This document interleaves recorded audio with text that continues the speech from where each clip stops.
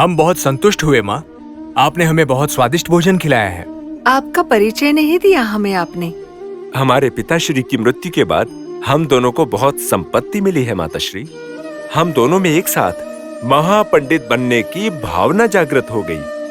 समस्त विद्या पाकर हमें पता चला कि मनुष्य में लाखों बुराइयां होती हैं, यही कहने का हम प्रयास कर रहे हैं। तब हमारे कुलदेव कुमार स्वामी जी ने हमारे स्वप्न में आकर वर्षोपाध्याय के वेद पाठ करने की आज्ञा दी है। हम जब वर्षोपाध्याय के पास जा रहे हैं तब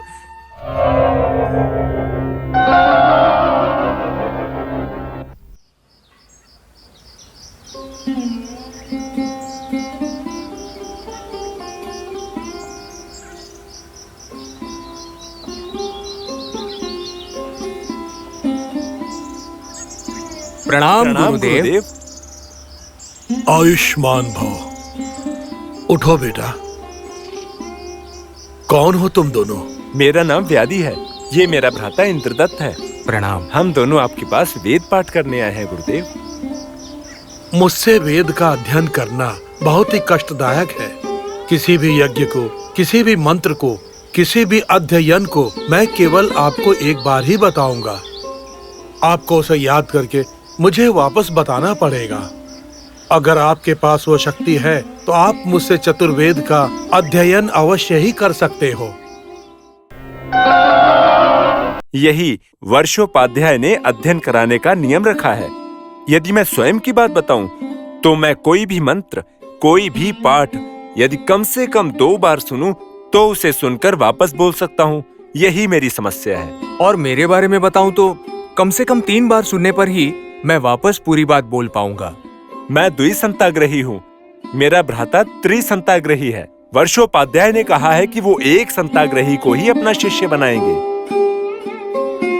इसी समस्या के कारण हमें एक संताग्रही ब्राह्मण पुत्र की खोज है माताजी, जिससे कि समस्या का निवारण हो सके। आपका ये सुपुत्र कोई भी बात एक बार सुनने से ही समझ पाता है, याद कर लेता है। इसी कारणवश हम आपको उसे हमारे साथ भेजने की विनती करते हैं। इस कारण से आपका पुत्र वररुचि चतुर्वेद का समस्त ज्ञान पाकर महापंडित बनेगा माताश्री। हमारे साथ ये भी बहुत कीर्ति संपादन कर पाएगा। ये तो बहुत महाभाग्य की बात है बेटा। चतुर्वेद समस्त जानने के लिए मेरे बेटे को आपके साथ अवश्य भेजूंगी।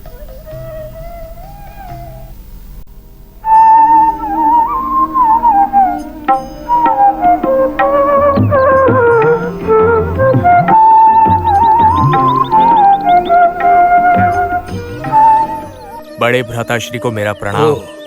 कहो क्या बात है? मेरे जाने का समय आ चुका है। जाना ही पड़ेगा क्या? जाना तो पड़ेगा ही। आप हैं कि राजस्थान पर कोई आशा नहीं रखते, तो मुझे अपने परिवार के लिए राजस्थान लेना पड़ रहा है। मुझे आज्ञा दीजिए। शुभमस्तु। वो देखो वर्षोपाध्याय जी, चलो बात करके आते हैं। वररुचि, तुम यहीं रुको, हम बात करके आते हैं। कौन हो तुम? मेरा नाम वररुचि है।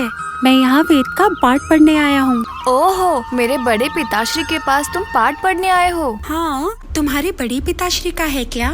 हाँ, मैंने तुम्हें कहीं देखा है, ऐसा लग रहा है। कहाँ देखा होगा? मुझे भी वैसे ही लग रहा है। तुम्हारा नाम क्या है? मेरा नाम उपकौशा है। मेरे पिताश्री राजस्थान में पंडित है। मैं चलती हूँ।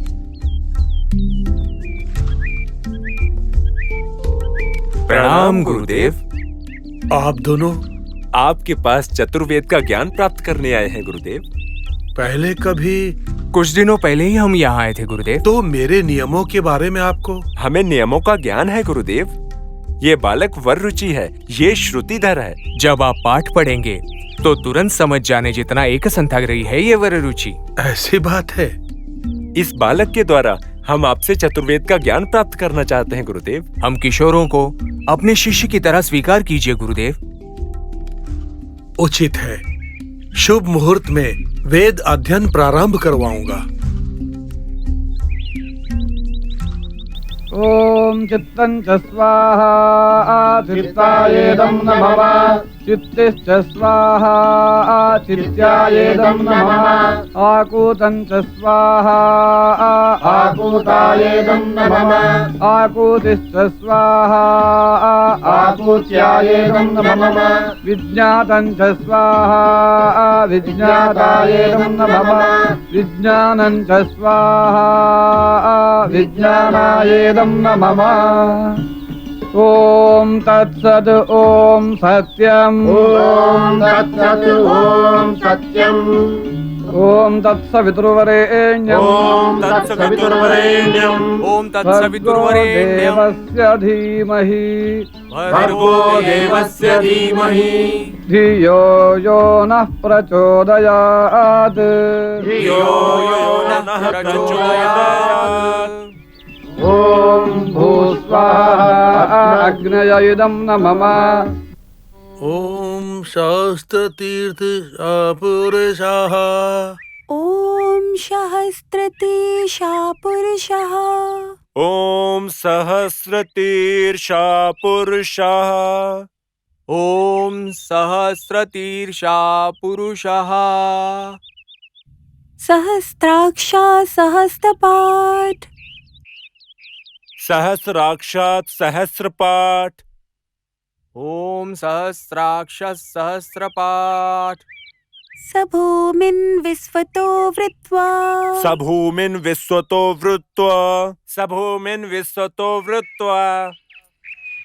इस प्रकार से वो बालक वर रुचे एक संताग्रही के तौर पर सीख कर बड़ा हुआ।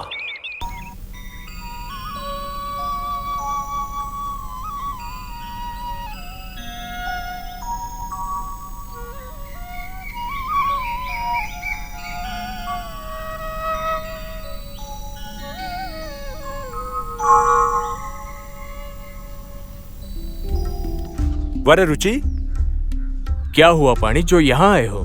तुम्हें देखने से मुझे जलन हो रही है। कारण क्या है? तुम 10 साल में ही महात्मा वर्षोपाध्याय के पास समस्त विद्या प्राप्त कर चुके हो। गुरुजी की इच्छा पर अब तुम गुरु दक्षिणा के तौर पर व्याकरण भी सीख चुके हो। पर मैं तुम कहते हो कि तुम्हें मेरी जितनी विद्या नहीं है। इसका कारण क्या है जानते हो? तुम विद्या के प्रति एकाग्र नहीं हो। सत्य है, मैं मानता हूँ, परंतु एक पाठशाला में तुम्हारी जैसे मेधावी और मेरे जैसे बुद्धू भी होते हैं। हाँ सच है, पर तुम्हारी तरह गुरु को धोखा देने वाला कौन होता है बताओ? तुम्हारी सच्चाई तो सबके सामने आनी ही है। धोखा?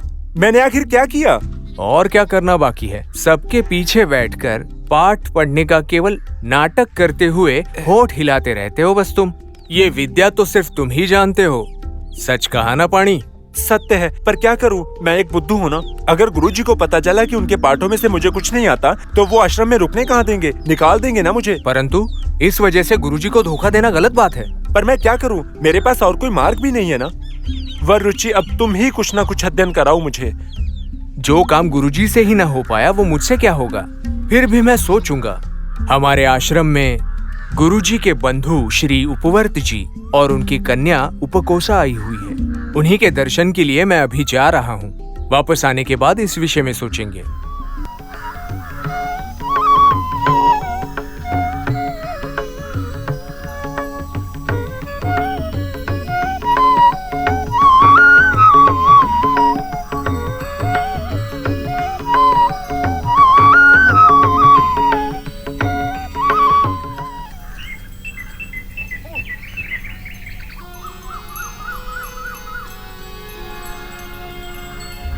वररुचि, रुको ना। तुम चल रहे हो या दौड़ रहे हो? चल ही तो रहा हूँ। मैं कहाँ दौड़ रहा हूँ? देखकर भी पूछते क्यों हो? अरे, इसको उठाने में तो मुझे चक्कर आ रहे हैं। यहाँ तक कि तुम भी नहीं दिखाई दे रहे मुझे।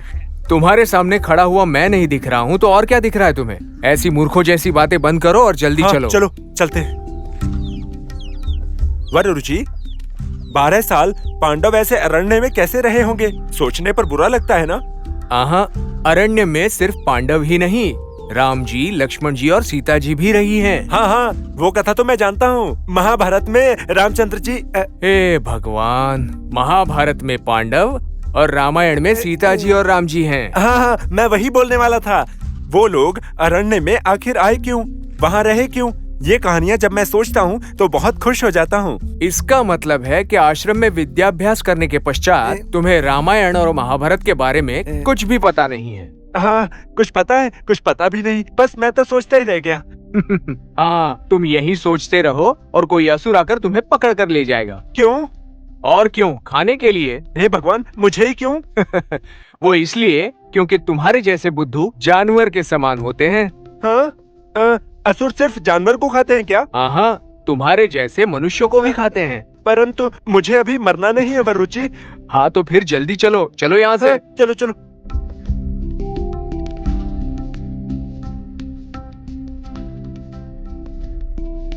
अच्छा वरुचि, तुमने कभी असुर को देखा है क्या? नहीं। या देवता को? बिल्कुल नहीं। अच्छा, जब ऋषि नीचे यज्ञ कर रहे होते हैं तब असुर ऊपर से मांस और खून को कैसे डालेंगे? वो एक मायावी शक्ति है। अदृश्य होने के बारे में सोचते ही वो अदृश्य हो जाते हैं। ऐसा करके ही उन्होंने ऋषियों को बिना दिखाए मांस और खून को डालकर यज्ञ को अपवित्र कर दिया। उसी कारण राम जी और लक्ष्मण जी के हाथों उनका अंत हुआ। अच्छा, वो असुर अभी भी हैं क्या? क्यों नहीं होंगे? जब तक देवता है असुर भी होंगे। अगर वो असुर आ गए तो क्या करोगे? नहीं आएंगे, तुम चलो। अगर आ गए तो श्राप दे दूंगा। क्या श्राप दोगे? भस्म होने का। हाँ? अगर मैं भी श्राप दूंगा तो भी भस्म हो जाएंगे क्या? तुम श्राप दोगे तो भस्म नहीं होंगे। हाँ? तुम्हें उठा कर ले जाएंगे। हाँ? श्राप देने के लिए जो चाहिए वो तुम्हारे पास नहीं है, इसीलिए तुम्हें देखते ही तुम्हें खा जाएंगे। चलो यहाँ से। हाँ, चलो चलो चलो चलो। अठा काले शुभे प्राप्ते, अठा काले शुभे पापे अठा शुभा। छी, मैं कितना बुद्धू हूँ ना। यदि मुझे पहले से ही ज्ञात होता कि मुझसे अध्ययन हो ही नहीं सकता तो मैं यहाँ आया ही नहीं होता। कितना भी अध्ययन करूँ मस्तक में आता ही नहीं। क्या हुआ पानी? यहाँ पेड़ के नीचे बैठकर क्या कर रहे हो तुम? संस्कृत के श्लोक कंठस्थ करने का प्रयास कर रहा हूँ। अच्छा, ऐसी बात है। तुम ये बात बताओ, तुम हंस क्यों रहे हो? अब हंसी आ रही थी तो हंस रहा था। परंतु मुझे ये तो बताओ, इसमें हंसने वाली बात क्या थी? क्यों? मुझे हंसना नहीं चाहिए था? तुम्हें और तुम्हारे कष्ट को देखकर मैं हंस रहा था। अध्ययन के लिए कष्ट तो होगा ही ना, इसलिए परिश्रम करके दिन रात पढ़ाई कर रहा हूँ मैं। फिर भी पढ़ाई नहीं हो पा रही है ना? हाँ, वो तो है। मुझे पढ़ाई क्यों नहीं समझ में आ रही है? सरस्वती देवी मुझ पर अनुग्रह नहीं कर रही है क्या? तुम्हें पता है क्या वरुचि? पता है। तुम जन्मतः एक बुद्धू हो। जन्मतः मतलब? पैदा होने से ही। पैदा होने के साथ ही तुम एक बुद्धू और अज्ञानी मनुष्य हो। तो तुम्हें कैसे पता? तुम्हारे इस श्लोक पढ़ने के तरीके से ही मुझे ये पता चल गया है। नहीं, ये असत्य है। मेरे पिताश्री बिना रुके चतुर्वेद को पढ़ने वाले पंडित हैं। मेरी माताश्री भी आंख बंद करके सारे संस्कृत के श्लोक पढ़ सकती हैं। पर मैं एक बुद्धू हूँ, ये बात मैं मानता भी हूँ। परंतु मेरे माताश्री और पिताश्री का ये कहकर कदापि अपमान मत करना कि मैं एक पैदाइशी बुद्धू हूँ। दुखी हो गए क्या? ज्ञान ना पाने के लिए मौका, भाग्य, सेहत और शिद्दत ना होने वाले तुम्हारे जैसों को तो दुखी होना ही है। अगर मेरी बात मानो तो तुम्हारे जैसे मनुष्यों के जीवन में अंधकार होता है किंतु रोशनी नहीं। तो फिर मुझे पढ़ाई नहीं सूझेगी क्या? बिल्कुल नहीं। मेरा कहा मानो, इस पढ़ाई को छोड़कर अपने घर वापस चले जाओ, वरना कभी न कभी गुरुजी श्राप देकर तुम्हें इस आश्रम से बहिष्कृत कर देंगे। इसमें मेरी क्या भूल है जिसके कारण गुरुजी मुझे बहिष्कृत करेंगे? तुम्हें अपनी भूल का अंदाजा नहीं है क्या? कैसी भूल? गुरुजी जब आश्रम में श्लोक पढ़ते हैं तो तुम्हें समझ में ना आते हुए भी केवल उन्हें संदेह ना हो इसलिए तुम अपने होठ हिलाते रहते हो और आखिर तक कक्षा में बैठकर गुरुजी को धोखा देते हो। हाँ, ये बात तुम्हें कैसे पता? पहले से पता था। गुरुजी को नहीं बताया ना? अब तक तो नहीं बताया है। आगे भी मत बताना, कभी भी मत बताना। मुझे वचन दो कि नहीं बताओगे। तुम्हारे चरणों में पड़ता हूँ। अरे मेरे माता पिता नहीं है, मैं एक अनाथ हूँ। अध्ययन ग्रहण करने की आशा से यहाँ पर आया हूँ।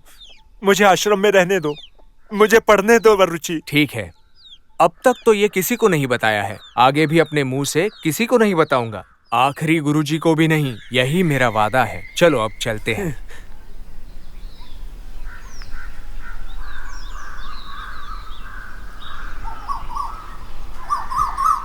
पानी, तुम्हारे जैसे मूर्ख इस जगत में कई सारे हैं। सरस्वती सबको अनुग्रह नहीं करती। विद्या एक वज्र की तरह है। इस वज्र को पाने के लिए कई सारे लोग कई तरह से कोशिश करते हैं और निरंतर कोशिश करने वाले विद्या वृद्धि में अनंत कीर्ति और सम्मान पाते हैं, और जो असफल होते हैं वो तुम्हारी तरह मूर्ख बनकर रह जाते हैं। क्या इस सत्य को समझ गए? अब चलो।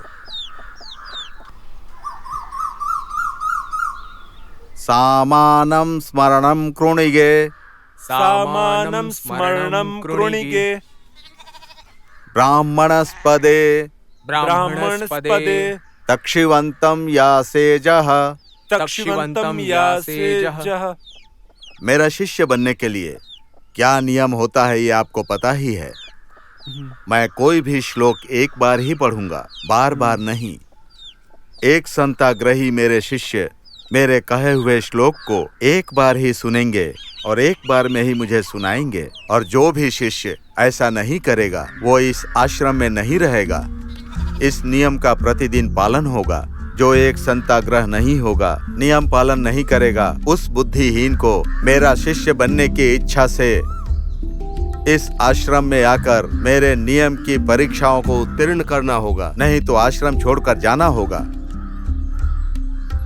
हाँ गुरुदेव, आपने सुनाया हुआ श्लोक एक ही बार में कंठस्थ करके पुनरुच्चारित करना होगा, वरना ये आश्रम छोड़ना होगा। इससे पहले भी कई शिष्य यहाँ से चले गए हैं। मैं आपका प्रिय शिष्य हूँ। किसी दिन एक संताग्रही छोड़कर अगर मैं पुनरुच्चारण ना कर पाऊँ तो इस स्थिति में मुझे भी ये आश्रम छोड़कर जाना ही होगा। अब आप मुझे आज्ञा दें गुरुदेव, मैं किसी भी श्लोक को सुना सकता हूँ। नहीं, मुझे तुम्हारे बारे में पता है।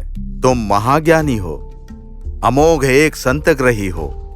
मेरे मुंह से निकलने वाले किसी भी श्लोक को तुम सुना सकते हो।